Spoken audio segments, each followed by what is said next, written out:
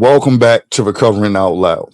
I am your host, Marcus for President, and today we're talking about that uncomfortable but powerful moment where you finally admit, yes, I am not okay. Don't run. This episode is going to be real, but it's also going to be freeing. Now, before we even start this off, you know what I need from you. I need you to like, comment, subscribe, hype this, and share this with somebody you know who needs to hear it because it was a time where I needed to hear this. So let's talk about the signs we always ignore. You ever been going through something and start acting like a whole new person, but you're telling yourself, I'm fine. The signs were always there. You snapping at little things, you isolating, sleep all over the place. You ain't laughing like you used to. You're tired even when you're rested. But we're good at pretending. We are Olympic level performers. You feel me? We do not want to share anything with people. We've always want to look at it like, I can handle it. I'm good. I'm going to be all right. This is just a phase. These are all the things that we telling ourselves, but it's not true. It is not true. All we're doing is loading the balloon up to bust on us later. I can tell you, I'm dealing with stuff from my childhood, and I'm a 48-year-old man. And I know it's going to come a time where that balloon going to bust. That's part of the reason why I'm taking this journey, because I'm trying to be a better person, and I'm trying not to look at myself in that way, because just because you went through it doesn't mean that's who you are. You know, we grow through what we go through. And that's the realest thing I can tell you. Do not feel like you are your circumstances. Never feel like that. You know what I'm saying? There was a moment where I realized I wasn't okay. When simple things felt heavy, like getting out of bed felt heavy, answering text messages felt heavy. And instead of asking for help, I said that line we always say to each other. Nah, I just need to chill. No, I needed to admit something was wrong. You feel me? Because that's the beginning of all of this. You feel me? Like, stop telling yourself you're okay when you know you're not. And it's okay to not be okay. You see what I'm saying?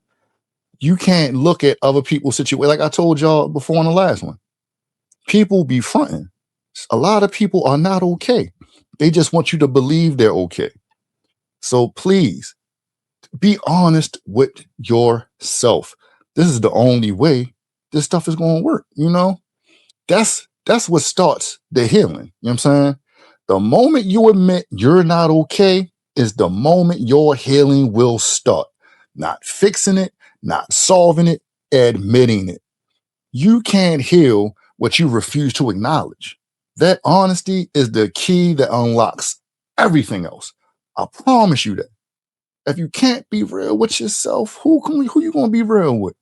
Stop looking at other things or other people that's going to be real with you, because they only going to be as real as what you share with them. You know, we are telling people stuff, and we may not be telling them everything. We're telling them what we feel comfortable with telling them.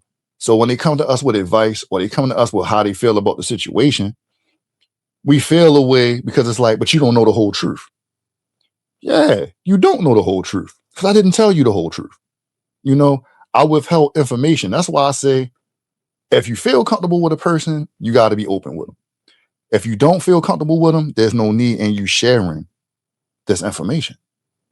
You see what I'm saying? Because you wanna get better. You want to get help. You want to have somebody that's gonna, you know what I'm saying? Because everybody not gonna have the answers. You know, the only person at the end of the day gonna have the answers is gonna be you, and you're gonna have to take that journey. And this path is best traveled alone, but people can help you through it. But you definitely got to do it on your own. You know what I'm saying? I'm gonna tell you something funny. I knew I wasn't okay the day I got mad at the microwave. You know what I'm saying? The microwave, it beeped loud and I was offended, even though my food was in it. That's when I knew, yeah, this brother needs some help. You feel me? Like, and it wasn't even a microwave. It was just what was going on in my mind at the time. That's why I say that you hold stuff in, and it's the littlest thing that I have you. You know, you gotta get past it. You gotta get it out. You gotta be able to share it. You know what I'm saying? You gotta be able to, write it down, go to therapy, have a support system. I was on live yesterday with some of my friends, and the ladies have their support system. And it was a beautiful thing to see, you know, because I know that without that, I don't really know how they would be carrying things in life. And I feel like it's a blessing. And it was a beautiful thing to hear and see that sisterhood, you know, because there's a lot of people that don't have that. You really, really need that, you know. So let's try this exercise, right? You know, baseline equals no your normal, right? When you know you're normal, you can tell when you're drifting. Ask yourself, what does my healthy self look like? What does my stressed self look like? What does my burnout self look like? Write it down and make it real. If you feel as though you can share it in the comments, share it in the comments. Don't be scared to be honest with yourself. It's the only way you're going to be able to recover. And recovering out loud is not being scared to be better. You know, Sometimes you got to come out your comfort zone to go the way you need to be. That's what I'm learning. You know, Nothing great happens in your comfort zone.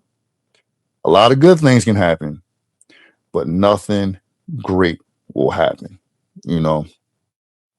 And if all you did today was admit that you're not okay, that's strength.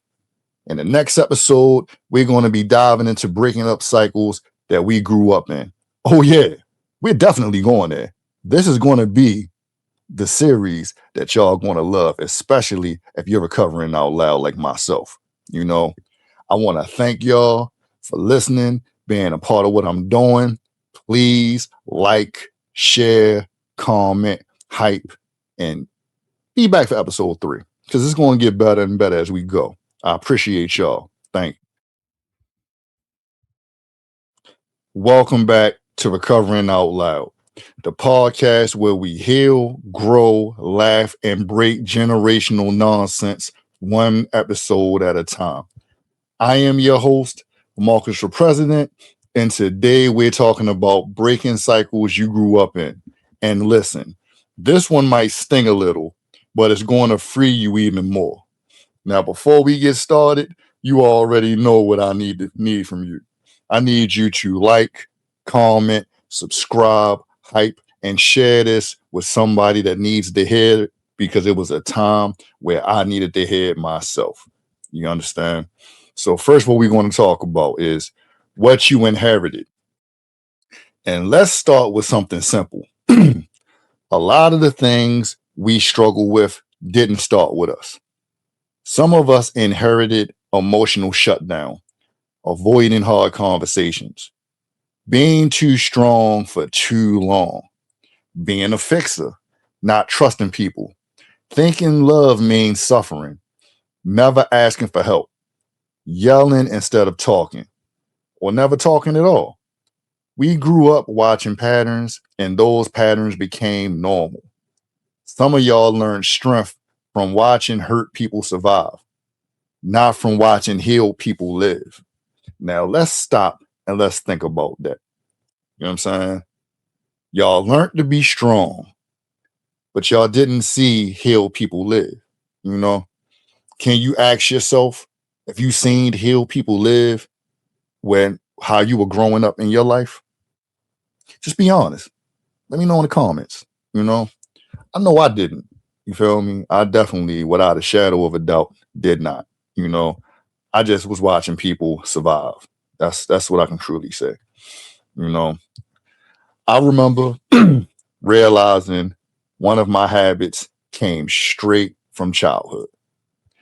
Every time I got overwhelmed, I'd go quiet. Not a peaceful quiet either. The I'm shutting down and pushing everybody away quiet. And I used to think, oh, well, that's just how I am. Then one day I said, no, that's how I became. There is a difference. Breaking the cycle starts when you stop saying, this is just me, and you start saying, this is something I learned. And that can be unlearned. All of these things can be unlearned. We got to stop looking at it like, this is how I am, And I've said it several times, and I'm quite sure a lot of you have said it.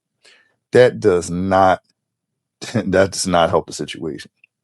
That is just an excuse for you to be excuse for you to not change. To me, it's a defense mechanism. You're scared to change, because in all reality, we don't know what the change is going to look like, you know? But I digress. You feel me? Let's talk about what belongs to you and what doesn't. One of the most powerful questions in recovery is this mine's or did I pick this up from somebody else? Because a lot of us are carrying our parents' fears, our family's way of coping, our community's survival habits, beliefs that don't even fit us anymore. You might be carrying a story that handed to you before you even had a chance to decide who you were. Think about that. That is heavy, you know? So, how do we break this cycle? If you want to break the cycle, you got to first name it. Don't pretty it up. My family avoids emotions. We don't apologize. We yell instead of talk. We normalize dysfunction. Second, understand where it comes from, not to blame. But you have to understand. Understanding gives you compassion, not excuses. And next, create a new pattern if you grew up with silence. Practice talking, even if you grew up yelling. Practice calm communication. If you grew up with chaos, practice stability. If you grew up saying no self-care, become the first one to rest. Stay consistent. Breaking the cycle means doing something your family never taught you. So it will feel uncomfortable. Shit, even unnatural. Weird. Do it anyway. You know, you have to be able to look at yourself and say you want to change. We accept things for what it is, and like I say, it becomes the norm. But that is not normal. We say that it's normal. Everybody's normal is going to be different depending on the situation you came in. That doesn't mean that you can't change that to make yourself better, you know, because these are the things that we pass on from, like, our family gives it to us, and then we give it to our children, you know. And as a parent, the worst thing is for you to hand off something to your child that you could have changed, and then you watch them suffer from all of that. That's that's something terrible. And I can honestly say that I have. You know, now I want you to think of one cycle you grew up around that you no longer want to carry. Not five, not 10, just one. Say it out loud or write it down. That's where you start. Put it in the comments if you want to. You know, I'm going to be looking at all this. Now you have to become the first one. A lot of you are listening, but are you the first one in your family to heal, talk about mental health, apologize correctly, break unhealthy patterns, choose healthy love, choose peace, choose self worth? You're not weird. You're not dramatic. You're not doing too much. You're doing what nobody taught you how to do. And that is perfect, because it all has to start somewhere, you know? And hopefully, if you change that cycle from what you're giving to the next generation, it can heal everybody moving forward. You know, we might not be able to heal the people before us because once you get to a certain point, a lot of times you just set in your ways, you know, like our parents, they just set in their ways, you know, they've lived with it so long that it's like there's nothing, you know, there's nothing wrong with it. A lot of older parents will not feel comfortable going to therapy or talking about what's going on because they were taught to keep family business in the family. Like my mom used to always say, don't be telling our business out in them streets. You know what I'm saying? And that's just how that was their coping mechanism. That's just how they dealt with it. You know, when you see families that might deal with mental or physical abuse, it to them is normal, you know, but it's not, you know. It has to change somewhere because if it's happening to you, like I say, you don't want it to happen to your kids. We have to set the tone, you know. That's just what it is, you know. And that's this episode of Recovering Out Loud. You don't have to continue a pattern just because you grew up in it. You're allowed to be different. You're allowed to be better, and you're allowed to break the cycle. The next episode, we're talking about something I know you need: the power of sitting still. Because healing doesn't always require movement. Sometimes it just requires quiet. You understand? I appreciate y'all riding with me.